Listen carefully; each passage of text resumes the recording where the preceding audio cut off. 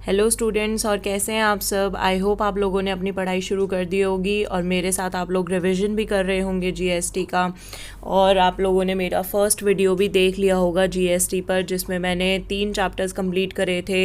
Introduction chapter, levy of GST और registration वाला चैप्टर। और मैंने उसमें बोला था कि उसमें अभी कुछ टॉपिक्स बचे हैं जिसके लिए मैं अभी एक नेक्स्ट वीडियो बनाऊँगी।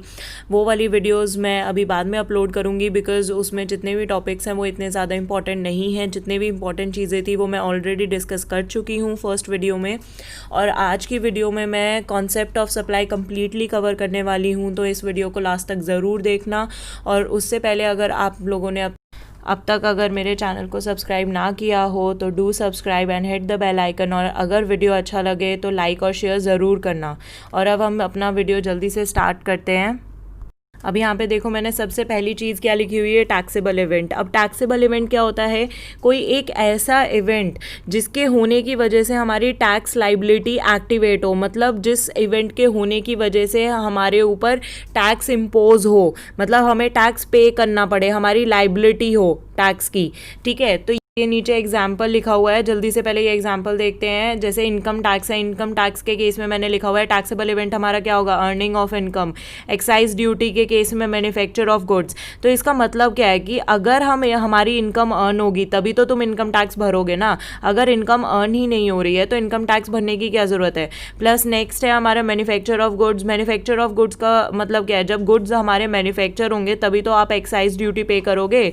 अगर मैन्युफैक्चरिंग हो ही नहीं रही है गुड्स की तो एक्साइज ड्यूटी कहाँ से पे करोगे? कोई टैक्स लाइबिलिटी आपकी अराइज ही नहीं हो रही है। यहाँ पे जीएसटी का लो, तो टैक्सेबल इवेंट जीएसटी का क्या है? Supply of goods and services है। जब आप सप्लाई करोगे गुड्स एंड सर्विसेज की तभी तो आपकी लाइबिलिटी अराइज होती है जीएसटी पे करने की। अब हमें पता है जीएसटी हमारा कब अराइज होता है, जब supply of goods and services होता है। तो गुड्स एंड सर्विसेज में हमारा इंक्लूड क्या होगा, ये यहाँ पे जल्दी से हम देखते हैं। गुड्स में हमारा सबसे पहले इंक्लूड होता है मूवेबल प्रॉपर्टी, मतलब कोई भी ऐसी चीज़ जो मूवेबल हो। मतलब लैंड एंड बिल्डिंग यहाँ पे हम कंसीडर नहीं करेंगे क्योंकि वो क्या बोलते हैं, मूवेबल है ही नहीं। सेकेंड है हमारा no money and security. Money and security से रिलेटेड कोई भी चीज़ हमारी गुड्स नहीं होती है। थर्ड है हमारा growing crops, grass, things attach to the land. Again यहाँ पे ये पूरा नहीं है। इसका पूरा मीनिंग ये है कि ऐसे क्रॉप्स, ग्रास और चीज़ें जो कि लैंड से जुड़ी हुई है, प्लस वो फर्दर सप्लाई होने से पहले इधर मतलब उन्हें बांटा जाएगा। समझ रहे हो? मतलब फर्दर प्रोसेसिंग होगी उनकी फाइनल सप्लाई से पहले। क्योंकि अगर मैं यहाँ पे सिर्फ बोलूँ कि जो हमारे एग्रीकल्चर प्रोडक्ट्स है सिर्फ वही चीज़ें यहाँ पे यूज़ होगी तो वो यहाँ पे इस केस में गलत होगा। क्योंकि जो चीज़ें जैसे पोटैटो, टमाटो, ये सारी चीज़ें हम फर्दर प्रोसेसिंग के लिए अगर नहीं भेज रहे हैं, मतलब उसमें कोई और एडिशन नहीं हो रहा, उनका केचप वगैरह नहीं बन रहा है, उन्हें एज इट इज़ अगर हम सेल करें तो उस केस में अगर उन्हें सेल कर रहे हैं तो हमें उस केस में जीएसटी उसमें नहीं लगता है। बट अगर उन्हीं क्रॉप्स, ग्रास या जो भी चीज़ें लैंड से जुड़ी हुई है उन्हें हम फर्दर प्रोसेस के लिए भेज रहे हैं जिसके बाद हमारी सप्लाई होगी, तो वो सारी चीज़ें क्या कंसीडर होगी? गुड्स कंसीडर होगी। फोर्थ है हमारा एक्शनेबल क्लेम। एक्शनेबल क्लेम्स हमारे क्या होते हैं? यहाँ से एक्शंस जिन पे हम क्लेम कर सके। तो यहाँ पे हमारा स्केड्यूल 3 आता है जो कि बोलता है कि एक्शनेबल क्लेम्स हमारे गुड्स नहीं होते हैं। बट एक्शनेबल क्लेम्स में हमारे कौन से गुड्स माने जाएंगे? Gambling, batting, lottery. इसके अलावा और कोई भी एक्शनेबल क्लेम्स हमारे यहाँ पे गुड्स नहीं माने जाते हैं। नेक्स्ट हम आते हैं हमारे मीनिंग ऑफ सर्विसेज पे। अब हमारी सर्विसेज क्या होती है? इन्होंने बोला यहाँ pay anything other than goods, money and security. ठीक है, मतलब जो भी चीज़ें हमारे गुड्स में आ गए वो सारी चीज़ों को हम सर्विसेज नहीं बोल सकते हैं। प्लस हमारा मनी और सिक्योरिटी हमारे सर्विसेज नहीं होते हैं। बट मनी और सर्विसेज हमारे सिक्योरिटी नहीं होते हैं। बट उनमें अगर हम डील कर रहे हैं, अगर उससे रिलेटेड हमें कोई कंसिडरेशन मिल रहा है तो उस केस में उन्हें हम सर्विसेज मान सकते हैं। कैसे मानते हैं वो यहाँ पे नीचे एग्जांपल गिवन है। अगर सिर्फ मनी और सिक्योरिटी दिया हुआ है तो उन्हें हम सर्विस नहीं मानेंगे, बट कौन से केसेस में इनसे जुड़ी हुई चीज़ों को मानेंगे वो देखते हैं। सेकंड है हमारा करेंसी कन्वर्जन। करेंसी कन्वर्जन मैंने यहाँ पे बोला है जैसे कि आप रुपी को डॉलर में कन्वर्ट कराना चाहते हो, तो रुपी को डॉलर में कन्वर्ट कराने के लिए आपका सिर्फ वहाँ पे जैसे फॉर एग्जाम्पल 76 आपका रेट चल रहा है।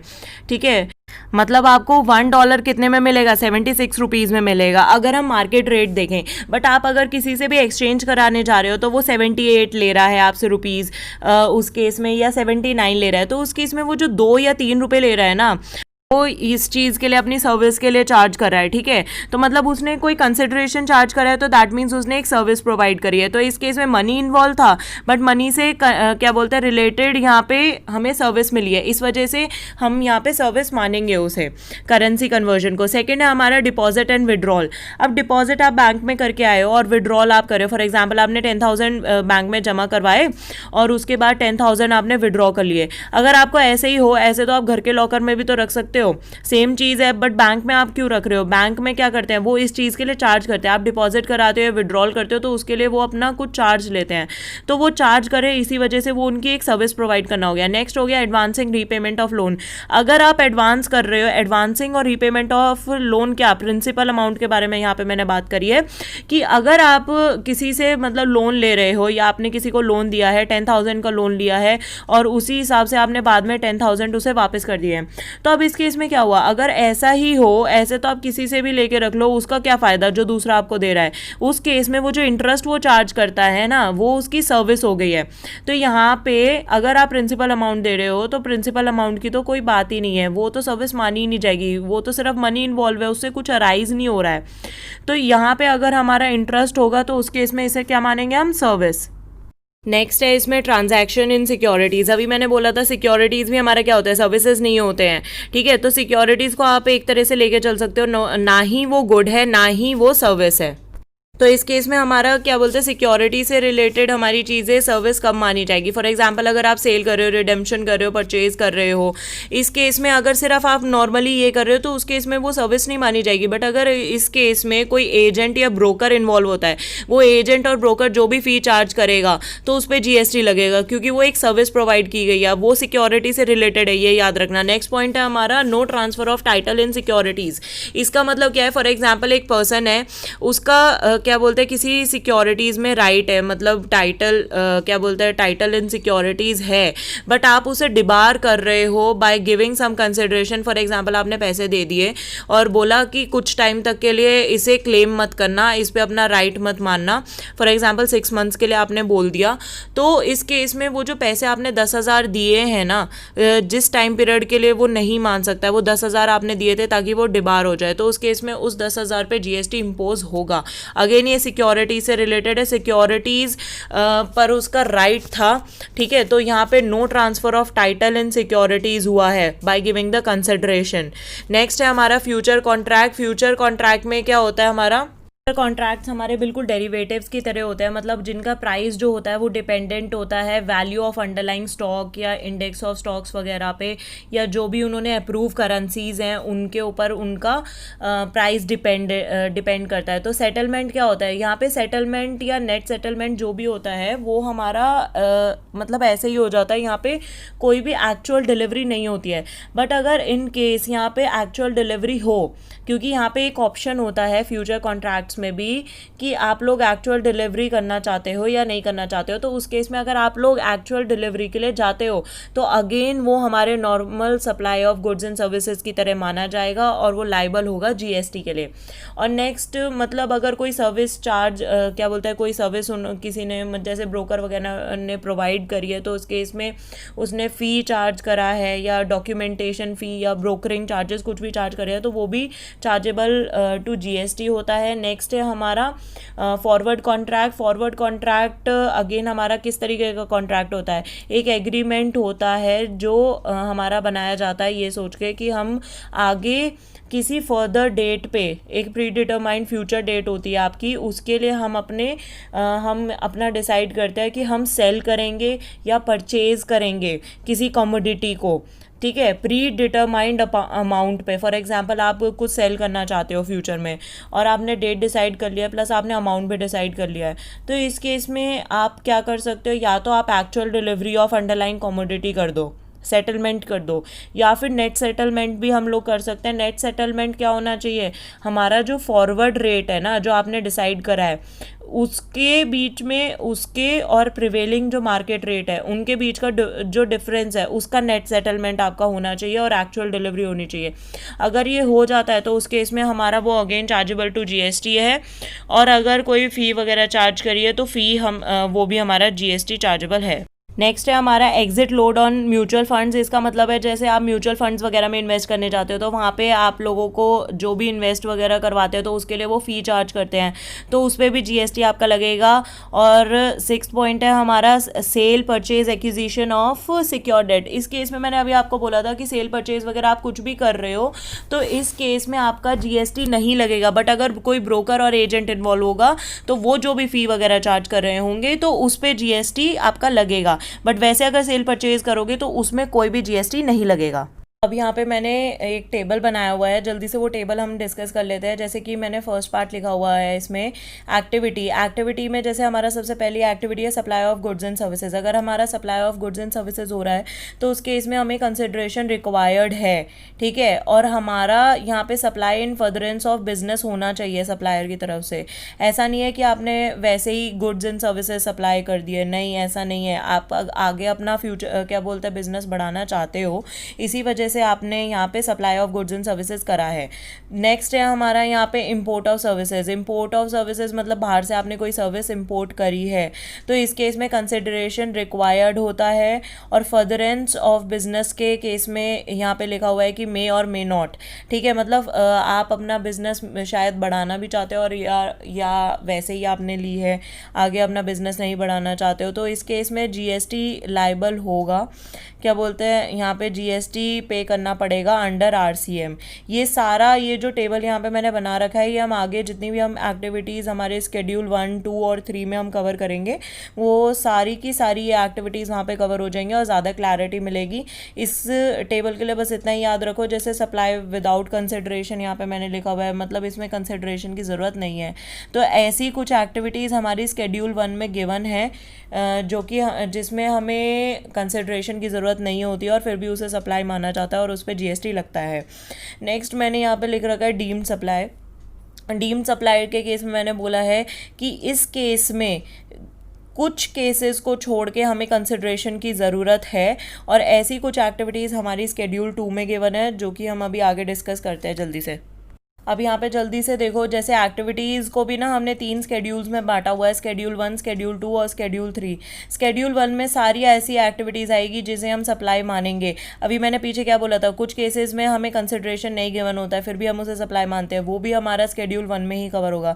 स्केड्यूल 2 कौन सा है, ट्रीटेड एज सप्लाई और डीम्ड सप्लाई, मतलब जो सप्लाई वैसे तो नहीं है पर उन्हें सप्लाई माना जाएगा, ठीक है। और यहाँ पे स्केड्यूल 3 में क्या पे ऐसी एक्टिविटीज़ कवर होंगी जिन्हें हम supply of goods and services नहीं मानेंगे। और ऐसी कुछ एक्टिविटीज़ हमारी नोटिफाइड बाय गवर्नमेंट भी होती है, सेंट्रल गवर्नमेंट की तरफ से, ठीक है। नेक्स्ट यहाँ पे कॉन्सेप्ट आता है कंसिडरेशन का। कंसिडरेशन अब क्या होती है, हमने पढ़ा था ना बिजनेस लॉ में कि क्या होता है consideration, something in return. For example आप कोई भी काम करते हो तो उस काम को करने के बाद आप ये सोचते हो ना कि इसके रिटर्न में भी मुझे कुछ मिले, ठीक है। फॉर एग्जांपल आप शॉप पे जाते हो, शॉप पे आप पैसे देते हो तो पैसे ऐसे ही थोड़ी ना दे रहे हो आप शॉपकीपर को, आप चाह रहे हो कि उसकी तरफ से आप जो भी सामान खरीदने के लिए पैसे दे रहे हो वो सामान आपको मिले, ठीक है। तो you want something in return. तो मॉनेटरी पेमेंट भी हो सकती है, नॉन मॉनेटरी भी हो सकता है और ज़रूरी नहीं है कि हमारी कंसिडरेशन एडिक्वेट हो। फॉर एग्जांपल ऐसा हो सकता है कि वहाँ पे वो आपको बोले कि कम पैसे दे दो या ज़्यादा पैसे दे दो, पर ज़रूरी नहीं है कि वो हमेशा हमारा एडिक्वेट ही हो। और यहाँ पे आप ये नहीं बोल सकते हो कि आपने फॉर एग्जांपल किसी के लिए कुछ काम करा और आपने बोला चलो तुम सोच लो कि मैंने भी तुम्हारे लिए कुछ करा था। ऐसा नहीं होता है। यहाँ पे आप या तो एक पर्सन अगर दूसरे पर्सन के लिए कुछ कर रहा है तो दूसरे को भी उस पर्सन के लिए कुछ ना कुछ करना पड़ेगा। और ऐसे ही हमारा यहाँ पे बोल रखा है जैसे कि आप payment in response to any act और फॉरबियरेंस और गुड्स एंड सर्विसेज। अब इस केस में क्या है, फॉर एग्जाम्पल आपने पैसे दे दिए हैं, आप कह रहे हो कि ये काम कर दो तो इसके लिए मैं तुम्हें पैसे देता हूँ, तो वो जीएसटी के अंदर क्या बोलता है मतलब जीएसटी उस पर इम्पोज हो जाएगा। नेक्स्ट है फॉरबियरेंस। मतलब यहाँ पे फॉरबियरेंस के केस में क्या होता है, जैसे आप बोल रहे हो कि ये काम मत करो, ये एक्ट मत करो, तो मतलब ये काम तुम रहने देना या यहाँ पे तुम अपनी शॉप वगैरह नहीं खोलना, तो मैं उसके लिए तुम्हें पैसे दे देता हूँ, ठीक है। तो वहाँ पे अगेन वो कंसिडरेशन हमारी मॉनेटरी पेमेंट वहाँ पे करी है तो वो जीएसटी के अंदर लायबल हो गई। नेक्स्ट है हमारा गुड्स एंड सर्विसेज, उन्होंने कुछ दे दिए। और यहाँ पे है non monetary consideration. Non monetary consideration क्या होती है, जैसे supply of goods and services and return of service. For example एक एक्स है पर्सन, एक्स ने क्या करा, ड्राई क्लीन कर दी वाई की कपड़े उसने ड्राई क्लीन कर दिया। अब वाई कह रहा है तूने मेरे कपड़े ड्राई क्लीन करे हैं तो मैं तेरी एक फ़ोटोग्राफ खींच देता हूँ। तो इस केस में इसे हम कंसिडरेशन मानेंगे, ये नॉन मॉनेटरी कंसिडरेशन हो जाएगा। नेक्स्ट है हमारा जैसे रिफ्रेन और forbearing to do an act. For example x है, एक्स ने बोला कि मैं वाई की लोकेलिटी में क्लीन शॉप अपनी नहीं खोलूँगा, मतलब कपड़े करने की ड्राई क्लीन की शॉप नहीं खोलूँगा। और वाई ने बोला मैं तेरी लोकेलिटी में कोई भी टेलर शॉप नहीं खोलूँगा। तो उन्होंने क्या करा, यहाँ पे उन्होंने समझौता कर लिया, बट यहाँ पे क्या था, यहाँ पे क्या बोलते हैं, एक दूसरे को रिफ्रेन करा एक एक्ट करने से, ठीक है, but consideration is there, non monetary consideration है। नेक्स्ट हमारा टॉलरेटिंग के केस में क्या बोल सकती हूँ, एक एक्स है और एक वाई है। एक्स ने बोला कि मैंने वाई को बोला कि मैं तेरा डिज़ाइन कर दूंगा हाउस, ठीक है। तो वाई ने क्या बोला, ठीक है तू मेरा डिज़ाइन कर दे, मैं तेरे घर की कंस्ट्रक्शन में इंटरफेयर नहीं करूँगा, ठीक है। टॉलरेट कर रहे हैं वो दोनों एक दूसरे को। फोर्थ है हमारा डूइंग और एग्रीइंग टू डू, ठीक है। जैसे दो पर्सन ले लो, एक हो गया डी और एक हो गया बी। डी ने बोला मैं तेरे लिए 4 फ्लैट बनाऊंगा, ठीक है। बी ने बोला ठीक है तू मेरे लिए फ्लैट बना, उनमें से एक फ्लैट मैं तुझे दे दूंगा, ठीक। तो इसमें हमारी कौन सी कंसिडरेशन इन्वॉल्व है, हमारी मॉनेटरी वाली नहीं है, यहाँ पे हमारी कौन सी है, नॉन मॉनेटरी कंसिडरेशन इन्वॉल्व है। उन्होंने अपने बीच में ही समझौता कर लिया, उसने बोला 4 फ्लैट्स दे दूंगा, इसने बोला कि 4 फ्लैट बना दूंगा, और उसने बोला उनमें से एक फ्लैट मैं तुझे दे दूंगा, ठीक है। तो इसमें और को मॉनेटरी चीज़ तो कोई इसमें इन्वॉल्व ही नहीं थी। दूसरी चीज़ क्या इंपॉर्टेंट है यहाँ पे, जो क्वेश्चन पॉइंट ऑफ व्यू से इंपॉर्टेंट है, वो ये है कि कंसिडरेशन में कभी भी आपकी सेंटर की और जो स्टेट है, स्टेट गवर्नमेंट और सेंट्रल गवर्नमेंट की तरफ से आपको जो भी सब्सिडी दी गई है, वो यहाँ पे आप कंसीडर नहीं करोगे, इंक्लूड नहीं करोगे आप कंसिडरेशन में, ठीक है। बाकी अगर आप किसी भी रिफ्रेन करने के लिए या कुछ काम करने के लिए आप पैसा दे रहे हो, या बीच में समझौता हो रहा है उसी हिसाब से, तो उस चीज़ का हम कंसिडरेशन मानेंगे। अब यहाँ पे जल्दी से स्टार्ट करते हैं, ऐसी कौन सी ट्रांजैक्शंस है जिन्हें हम सप्लाई मानेंगे, डीम्ड सप्लाई मानेंगे अंडर शेड्यूल 2। तो जल्दी से यहाँ पे देखते हैं। जैसे हमारा फर्स्ट है ट्रांसफ़र में अब मैं 3 चीज़ों की बात करूँगी। सबसे पहला है title in goods. Title in goods का एक एग्जाम्पल देती हूँ, मैं इन सभी के एग्जाम्पल देती जाऊँगी जिससे कि क्लियर हो जाएगा जल्दी से। टाइटल इन गुड्स, जैसे फॉर एग्जाम्पल एक्स और वाई है। एक्स ने बोला वाई को कि मैं तुझे फर्टिलाइज़र बेच रहा हूँ, मतलब फर्टिलाइज़र उसने सेल कर दिया वाई को। तो इस केस में क्या है, ट्रांसफ़र ऑफ टाइटल हुआ है, मतलब उसने उसे दे दिया तो ओनरशिप उसके पास चली गई है। तो यहाँ पे इसे सप्लाई माना जाएगा, डीम्ड सप्लाई माना जाएगा। नेक्स्ट है हमारा transfer of right in goods.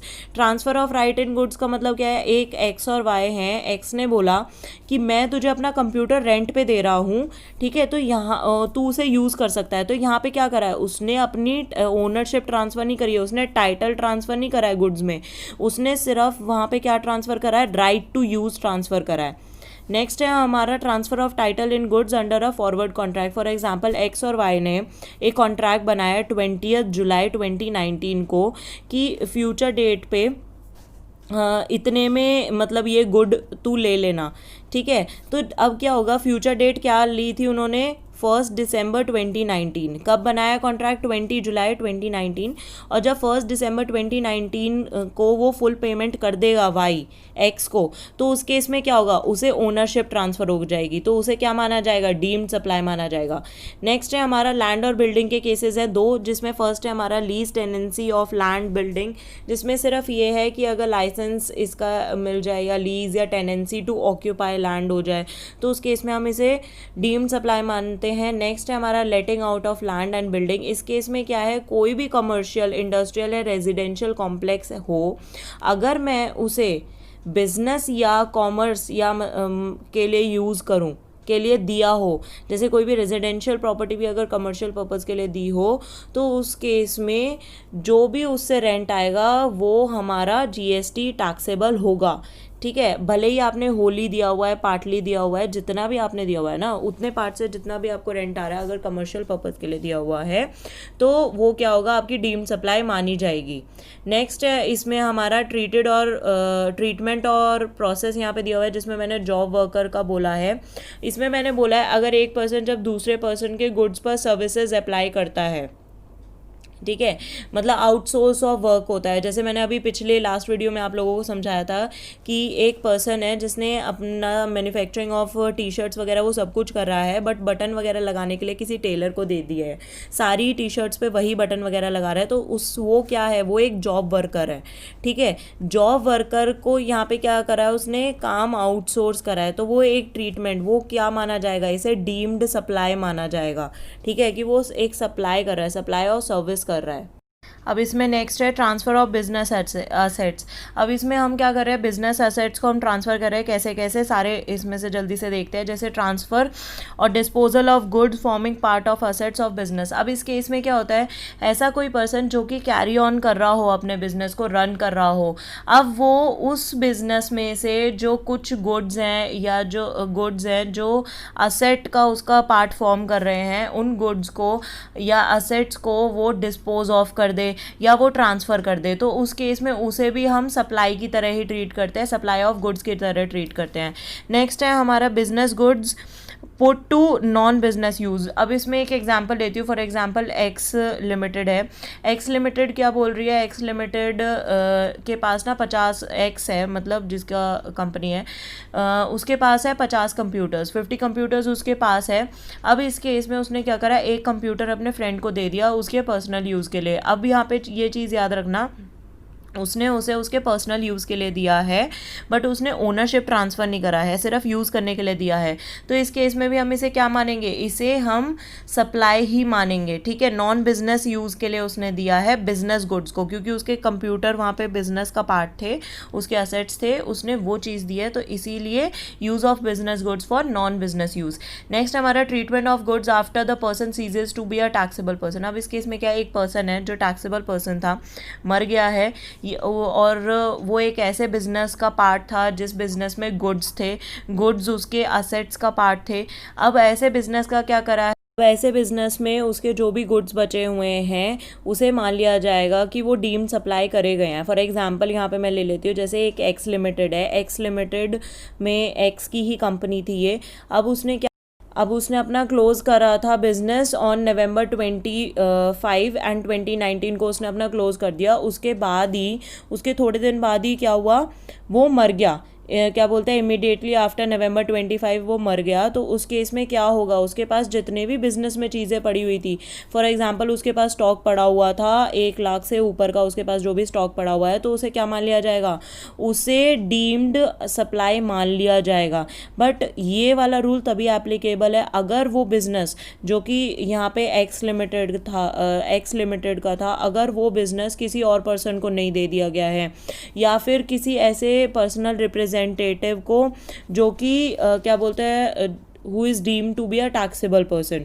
ठीक है, उसका कोई भी पर्सनल रिप्रेजेंटेटिव जो था, जो टैक्सेबल पर्सन है, उसे नहीं दे दिया गया है, किसी और इंसान को नहीं दे पर्सन को नहीं दे दिया गया है, तो उसके तब तक के लिए उसे डीम्ड सप्लाई माना जाएगा। अगर तुमने दे दिया तो हम उसे डीम्ड सप्लाई नहीं मानेंगे। अब नेक्स्ट हमारा ये सबसे इंपॉर्टेंट वाली चीज़ है, 2 डिस्कस करने वाली हूँ, वो ध्यान से सुनना। जैसे रेंटिंग ऑफ इमूवेबल प्रॉपर्टी मैंने बोला था, रेंट अगर आप दे रहे हो, अब इसमें क्या है, अगर आप कमर्शियल पर्पज़ के लिए दे रहे हो कोई भी इमूवेबल प्रॉपर्टी, तो उस केस में आपका जीएसटी लगेगा। अगर वो रेजिडेंशियल पर्पज़ के लिए या एग्रीकल्चर या चैरिटेबल पर्पज़ के लिए दे रहे हो तो उस केस में कोई जीएसटी नहीं लगेगा। अगर आप लोग कोई भी मतलब प्रॉपर्टी अगर टेम्परेरी बेसिस पे दे रहे हो, फॉर एग्जाम्पल किसी की मैरिज के लिए दे रहे हो, किसी के सोशल फंक्शन के लिए दे रहे हो, तो उस केस में भी यहाँ पे जीएसटी लगेगा जो टेम्परेरी बेसिस के लिए आपने दिया है।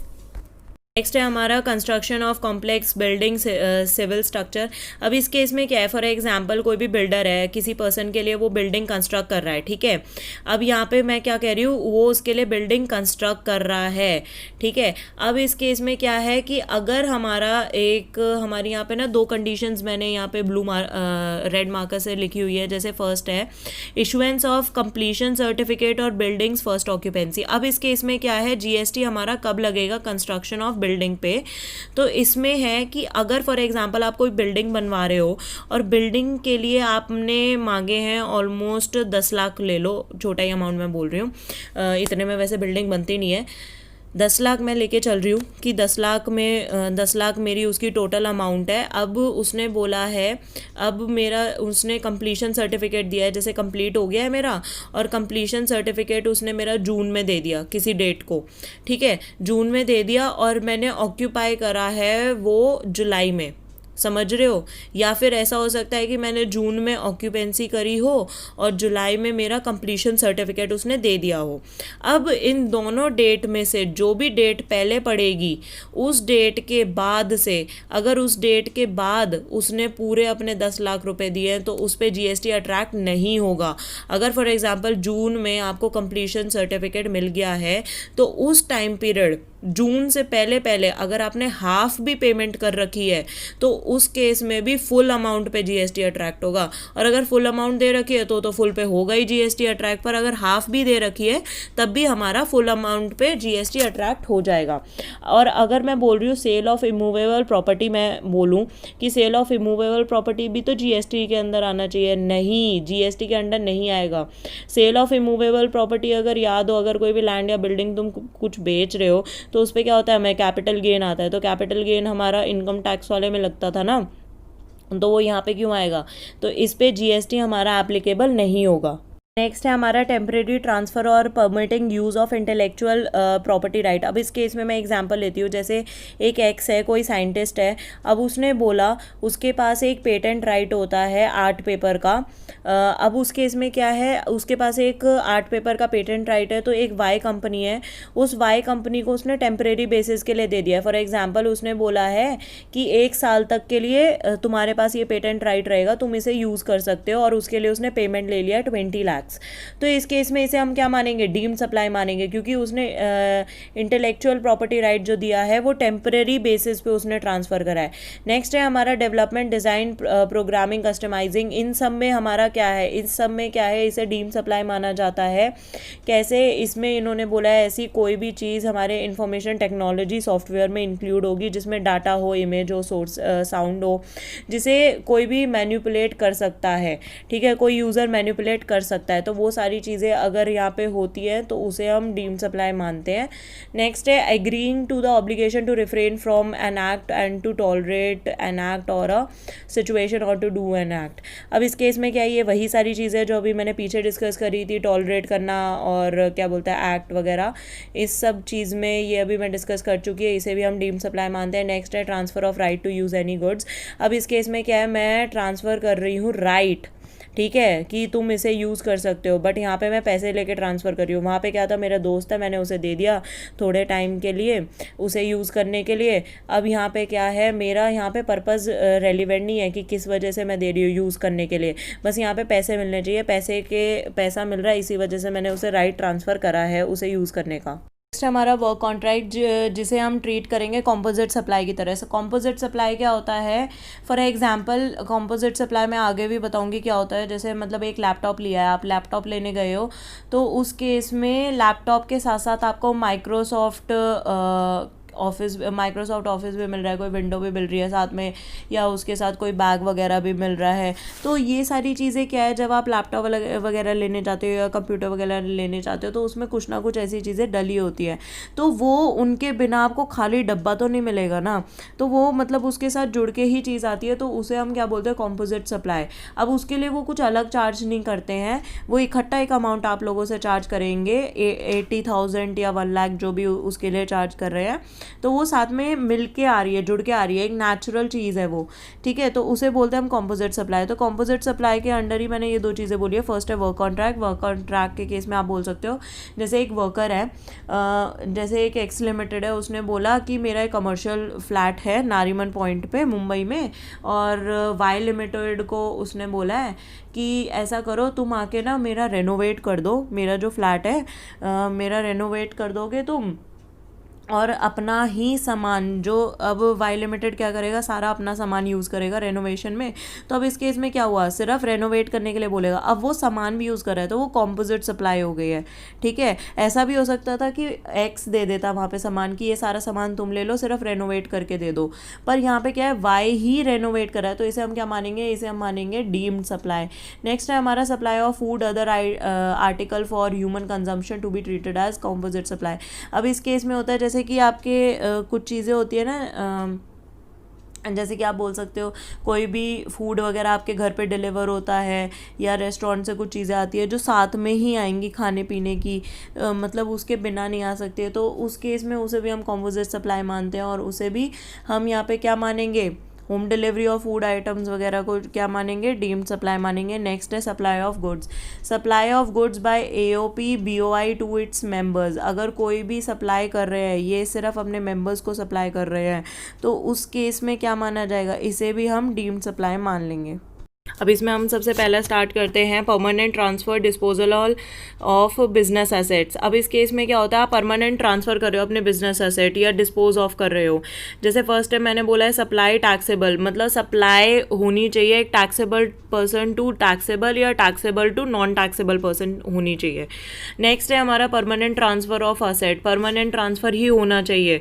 ठीक है, ऐसा नहीं है कि आपने टेम्परेरी बेसिस पे आपने किसी को दिया है, प्लस उस चीज़ पे एक सप्लायर ने आईटीसी अवेल करा हो जब उसने परचेज करा हो। इसका एग्जांपल लेती हूँ जल्दी से, जैसे एक एक्स लिमिटेड है, उसने उसका एक मतलब ये रिटेल डीलर है गारमेंट्स में। अब उसने क्या करा, अपने फ्रेंड को अपने बिजनेस के स्टॉक में से निकाल के 5 shirts they the free of cost, मतलब कोई कंसिडरेशन, कोई पैसे उसने चार्ज नहीं करे अपने फ्रेंड से। बट जब वो शर्ट उसने खरीदी थी ना, पीछे क्या बोलते हैं मैन्युफैक्चरर से जब उसने वो शर्ट खरीदी थी तो उस टाइम पे उसने आईटीसी अवेल करा था। ठीक है, तो यहाँ पे मतलब मेरी तीनों कंडीशंस यहाँ पे सेटिस्फाई हो रही है कि taxable person to taxable person या नॉन टैक्सेबल पर्सन हो रहा है, प्लस उसने परमानेंट ट्रांसफ़र करी है, अपनी फ्रेंड को गिफ्ट करी हैं वो, और लास्ट है उसने आईटीसी भी अवेल करा था उन शर्ट्स पे। तो यहाँ पे मेरा क्या माना जाएगा, उसे परमानेंट ट्रांसफ़र माना जाएगा। तो ये स्केड्यूल 1 के हिसाब से मेरी सप्लाई मानी जाएगी। यहाँ पे कंसिडरेशन इन्वॉल्व नहीं है, बट फिर भी क्या होगा, यहाँ पे क्या बोलते हैं कंसिडरेशन इन्वॉल्व नहीं है, फिर भी ये मेरा सप्लाई माना जाएगा। नेक्स्ट है हमारा सप्लाई बिटवीन रिलेटेड पर्सन और डिस्टिंक्ट पर्सन। अब इसमें क्या होता है, हमारा होता है कि सप्लाई बिटवीन रिलेटेड और डिस्टिंक्ट पर्सन। जैसे कि रिलेटेड और डिस्टिंक्ट का मतलब क्या होता है, रिलेटेड पर्सन्स हो गए, आप मान सकते हो इसमें हमारे ऑफिसर्स हो गए, डायरेक्टर्स हो गए, या लीगली रिकॉग्नाइज्ड पार्टनर्स हो गए, एम्प्लॉयर्स हो गए, एम्प्लॉई हो गए, मतलब जो भी हमारे प्रोफेशनल वाले से रिलेटेड हैं, प्लस हमारे मेम्बर्स ऑफ फैमिली हो गए। फैमिली में आप किस किस को बोल सकते हो, अपने स्पाउस, चिल्ड्रन और parents, grand parents, brothers, sisters, जो कि आपके ऊपर कंप्लीटली डिपेंडेंट है। ठीक है, होली और मेनली मतलब डिपेंडेंट तो है ही कम से कम, प्लस आपके साथ ऐसा कोई पर्सन इन्वॉल्व है आपके बिजनेस में जो कि सोल एजेंट है। तो ये सारे हमारे कौन से हो गए, ये हो गए हमारे रिलेटेड पर्सन्स हो गए। नेक्स्ट है हमारा डिस्टिंक्ट पर्सन। डिस्टिंक्ट पर्सन में मैंने बोला था कि डिस्टिंक्ट पर्सन हमारे ऐसे हो सकते हैं, इसका एक एग्जांपल लेती हूँ। जैसे कि आपकी कोई एक हेड ऑफिस है, हेड ऑफिस आपका मुंबई में है, मुंबई में हेड ऑफिस है, और आपके उसी की ब्रांचेस जो हैं, उसकी ब्रांचेस कोलकाता में है, न्यू दिल्ली में है, चेन्नई में है। ठीक है, उनकी 3 ब्रांचेस हैं। अब क्या है, हेड ऑफिस मुंबई से इन्हें सप्लाई हो रहा है सामान। फॉर एग्जांपल लाइफस्टाइल की आप ले लो, लाइफस्टाइल का एक हेडक्वार्टर मुंबई में था और बाकी जगह चेन्नई, न्यू दिल्ली और गुजरात मैंने जो बोला है वहाँ पे आपका सामान सप्लाई हो रहा है। तो ये क्या हो गया, ये चारों के चारों, इन चारों का एक अलग GSTIN नंबर दिया जाएगा, इनका रजिस्ट्रेशन अलग होता है, तो ये डिस्टिंक्ट पर्सन माने जाएंगे। तो अगर हेड ऑफिस से ब्रांचेस को कोई भी गुड सप्लाई होता है या वहाँ से ब्रांचेस से हेड ऑफिस के पास कोई चीज़ जाती है, ऐसी गुड्स वगैरह सप्लाई होता है, तो वहाँ पे उन्हें हम डिस्टिंक्ट पर्सन मानते हैं और सप्लाई बिटवीन डिस्टिंक्ट पर्सन बोलते हैं। दूसरा यहाँ पे इंपॉर्टेंट है कि सप्लाई जो होनी चाहिए वो फर्दरेंस ऑफ बिजनेस के लिए होनी चाहिए, मतलब आगे बिजनेस और बढ़ाने के लिए हमारी होनी चाहिए। और एक इम्पॉर्टेंट पॉइंट जैसे यहाँ पे इन्होंने बोला था यहाँ पे जो हमारे रिलेटेड पर्सन थे, रिलेटेड में मैंने आप लोगों को बोला था एम्प्लॉयर और एम्प्लॉय भी आता है। अब इस केस में यहाँ पे देखो मैंने स्टार मार्क कर रखा है। मैंने बोला अगर रेम्यूनरेशन दे रहे हैं, फॉर एग्जांपल आपका एक बिजनेस, आपका एक एम्प्लॉयमेंट कॉन्ट्रैक्ट बना है, उसमें सारी चीज़ें दी गई हैं कि आपका चलो HR का काम है, HR से रिलेटेड सारा काम आप देखोगे, प्लस आप क्या कर रहे हो, आप कह रहे हो मार्केटिंग का काम भी मैं देख लूँगा बट उसके लिए मैं एक्स्ट्रा चार्ज करूँगा। तो ये आप एक एम्प्लॉय की तरह ही काम कर रहे हो, उसके लिए आपको पैसा मिलेगा। आप ओवर टाइम करो या कुछ भी करो, उसके लिए you are charging something. But अगर इन केस आप बोल रहे हो यहाँ पे हमारा अगर इन्वॉल्व होता है तो मतलब ये वाली चीज़ तो हमारी GST यहाँ पे चार्ज नहीं हो रहा था। बट अगर ओवर एंड अबव दिस अगर आपको यहाँ पे कुछ भी दे रहा है, फॉर एग्जांपल आपका जो एम्प्लॉयर है आपको कोई भी गिफ्ट दे रहा है या कोई भी फ्री में चीज़ दे रहा है, तो इस केस में वो चीज़ GST लगेगा उस पर। अगर वैसे रेम्यूनरेशन के अंडर है तो उस पर GST हमारा नहीं लगेगा।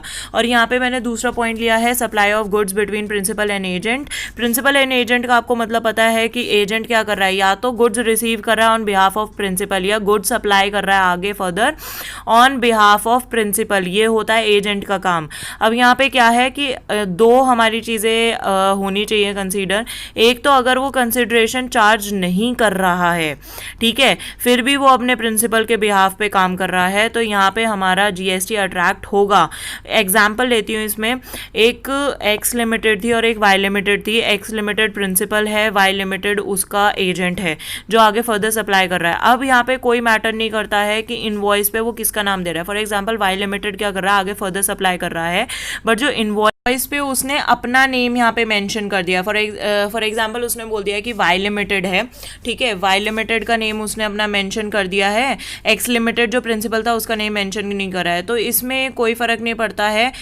यहाँ पे अगर वो इस चीज़ के लिए वो कंसिडरेशन चार्ज नहीं भी करता है तो उस केस में यहाँ पे GST अट्रैक्ट होगा, क्योंकि वो एज अ एजेंट काम कर रहा है प्रिंसिपल के लिए, उसके लिए फर्दर सप्लाई ऑफ गुड्स कर रहा है। Next is import of services. अब यहाँ पे जो इम्पोर्टर है वो ज़रूरी नहीं है कि वो रजिस्टर हो अंडर GST, बट यहाँ पे इंपॉर्टेंट क्या है कि इम्पोर्टेड फ्रॉम रिलेटेड पर्सन होना चाहिए। अब इसका एग्जांपल लेती हूँ जल्दी से।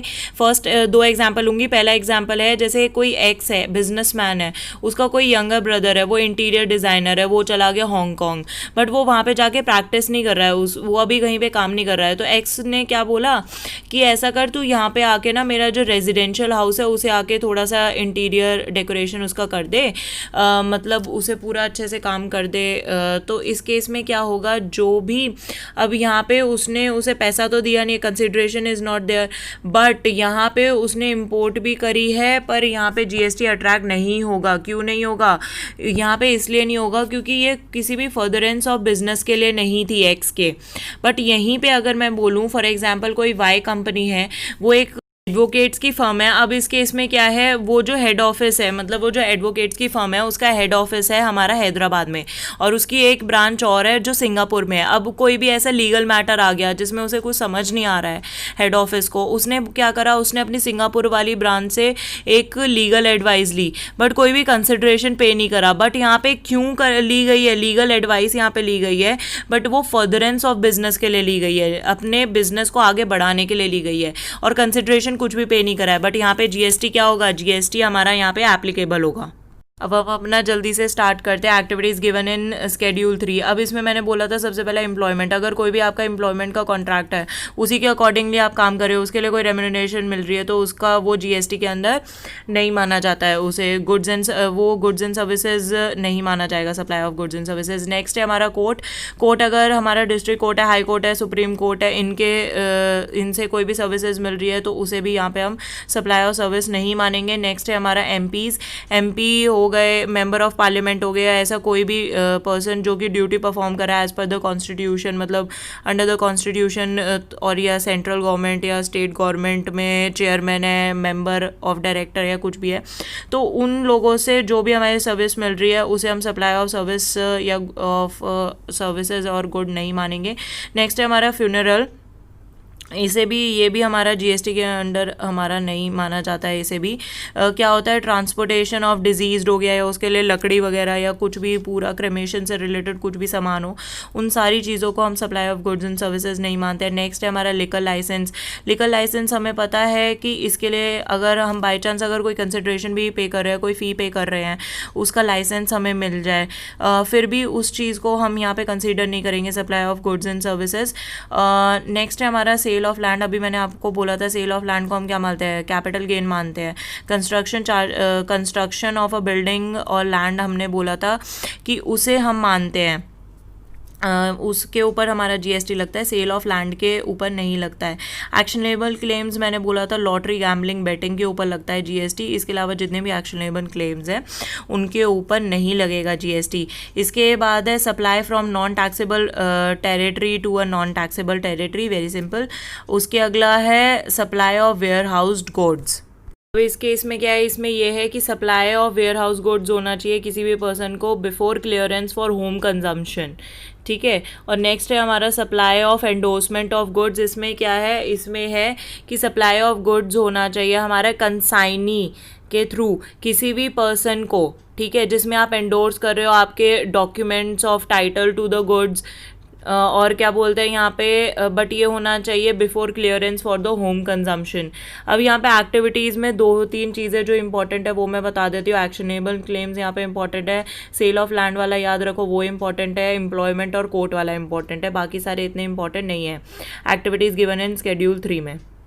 अब हम जल्दी से यहाँ पे डिस्कस कर लेते हैं कि टाइप्स ऑफ सप्लाई क्या होता है। टाइप्स ऑफ सप्लाई में सबसे पहले टैक्सेबल सप्लाई। टैक्सेबल सप्लाई सारी सप्लाईज जो कि जीएसटी के अंदर हमारी क्या बोलते हैं जीएसटी जिन पे एप्लीकेबल होता है, ठीक है, वो सारी अभी हम देख चुके हैं। दूसरा है zero rated supply. Zero rated supply for example अगर आप सप्लाई कर रहे हो, supply by way of export of goods कर रहे हो तो उसे हम ज़ीरो रेटेड सप्लाई मानते हैं।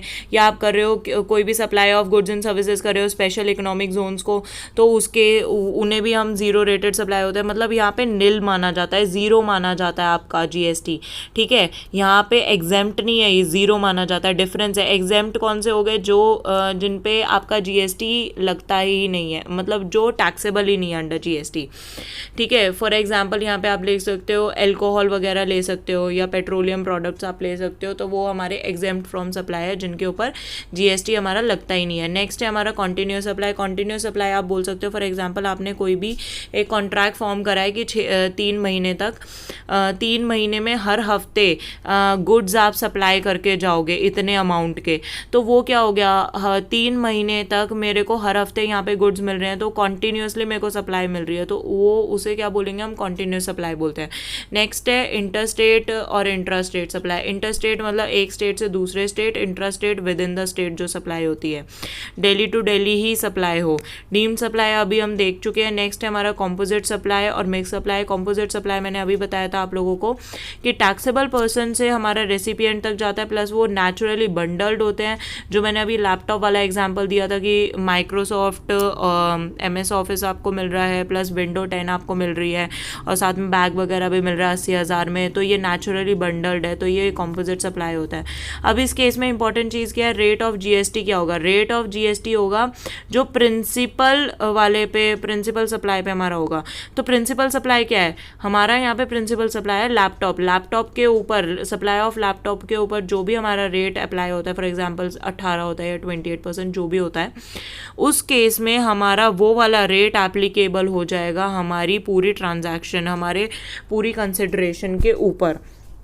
नेक्स्ट है हमारा इसमें मिक्स्ड सप्लाई। मिक्स सप्लाई के केस में मैंने सेम चीज़ बोली है, टैक्सेबल पर्सन से ही मतलब सप्लाई होनी चाहिए, प्लस यहाँ पे एक सिंगल प्राइस वो लोग चार्ज करते हैं। इसका बेस्ट एग्जांपल है दिवाली टाइम पे क्या होता है, दिवाली टाइम पे कुरकुरे, चिप्स और चॉकलेट वगैरह इन सब का ना एक बढ़िया सा वो तुम्हें एक गिफ्ट एम्पर सा बना के देते हैं, मतलब ज़्यादातर देते हैं ना कि ये चीज़ें आप दे सकते हैं जो एक दूसरे के घर देने जाते हैं दिवाली पर। तो अब उसमें क्या होता है, उसमें बहुत तरीके की चीज़ें होती है, जैसे कुरकुरे हो गया, चिप्स हो गए और चॉकलेट्स हो गई या और भी चीज़ें जो भी होती हैं उसमें। तो अब उस केस में क्या होगा, यहाँ पर और क्या बोलते हैं, जो इंडिविजुअल हमारी सप्लाईज थी उनका कॉम्बो बनाया गया। अगर कुरकुरे को मैं बेचूंगी, कुरकुरे के साथ चॉकलेट बेचना ज़रूरी है नहीं है ना, वो इंडिविजुअली भी मैं उन चीज़ों की सप्लाई कर सकती हूँ, बट जो इंडिविजुअली जिन चीज़ों की सप्लाई कर सकती थी उनका मैंने एक कॉम्बो बनाया है जिसे मैं बेच रही हूँ। मैंने सबका कॉम्बो बना के उसे मैंने 150 रुपये में बेचा है, ठीक है। अब इस केस में ये कहना चाह रहे हैं कि इन केस में, जैसे फॉर एग्जाम्पल ये पूरा कॉम्बो बना के बेच रहे हो, अब इस केस में ऐसा कोई आइटम जिसके ऊपर सबसे ज़्यादा हाईएस्ट जीएसटी रेट हो, फॉर एग्जांपल अगर कुरकुरे के ऊपर सबसे ज़्यादा हाईएस्ट जीएसटी रेट है 18% है और बाकी सब पे इतना नहीं है, तो इस केस में पूरी ट्रांजैक्शन पे वो 150 रुपये का जो पूरा मिला था मेरे को, 150 रुपये पे 18% लग जाएगा। या अगर चॉकलेट पे मेरा ज़्यादा है जीएसटी रेट, फॉर एग्जांपल और ज़्यादा हो, इससे 28% हो या कुछ भी हो, तो उस केस में क्या होगा, मेरा 28% लग जाएगा पूरे 150 पर। इसमें बस हमारा इतना सा ही था। विद दिस आप लोगों का कॉन्सेप्ट ऑफ सप्लाई पूरा कंप्लीट होता है, इसका रिविजन पूरा कंप्लीट होता है, और इसमें जितने भी चीज़ें मैंने लिखी हुई हैं वो आप लोग दोबारा देख सकते हैं। प्लस अगर मेरा वीडियो पसंद आया हो तो इसे लाइक और शेयर ज़रूर करना, और मेरे चैनल को सब्सक्राइब भी करना। और कल आगे और रिविजन वीडियोज़ यहाँ पे पोस्ट करती रहूँगी मैं, तो टिल देन पढ़ाई करो।